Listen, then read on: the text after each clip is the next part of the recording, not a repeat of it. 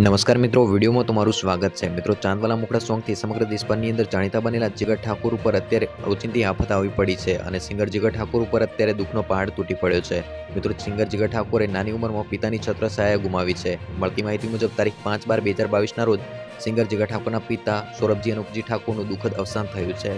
મળતી માહિતી મુજબ જીગર ઠાકોરના પિતાનું સપનું હતું કે તેઓ સિંગર બને, પરંતુ સંજોગોવશાત તેઓ સિંગર બની શક્યા ન હતા, જેના કારણે તેમણે રાત દિવસ એક કરી અને જીગરની પાછળ મહેનત કરી હતી અને જીગરને સિંગર બનાવ્યો હતો।